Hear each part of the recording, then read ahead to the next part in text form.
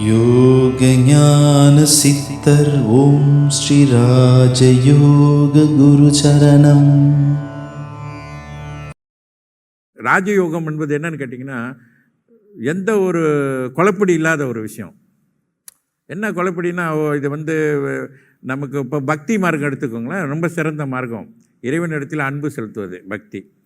இப்போ இறைவன்கிட்ட போய் பிரார்த்தனை செய்கிறீங்க, இறைவா எனக்கு இது இந்த மாதிரிலாம் எனக்கு கிடைக்கணும் போகணும்னு செய்கிறீங்க.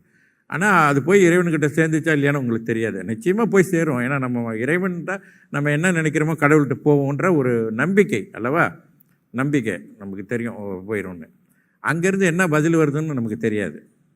நம்ம பிரார்த்தனை எந்த அளவுக்கு நிறைவேறுன்றது நமக்கு தெரியவே தெரியாது. ஆக யோகம் என்பது அப்படி கிடையாது. நீங்கள் தியானம் செய்தீர்கள் என்றால், முறையாக தியான பயிற்சி செய்துட்டு வந்தீங்கன்னா கண்டிப்பாக அது பலன் கிடைக்கும். ஒரிஜினமாக சொல்லுது யோகம்.